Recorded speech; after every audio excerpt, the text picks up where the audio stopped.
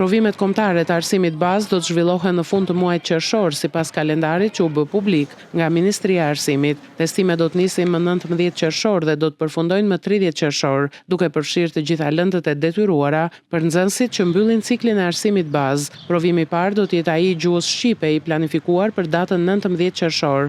Me 22 qershor do të zhvillohet provimi i gjuhës amtare për nxënësit që i përkasin pakicave kombëtare, ndërsa me 25 qershor nxënësit do të testohen në matematikë.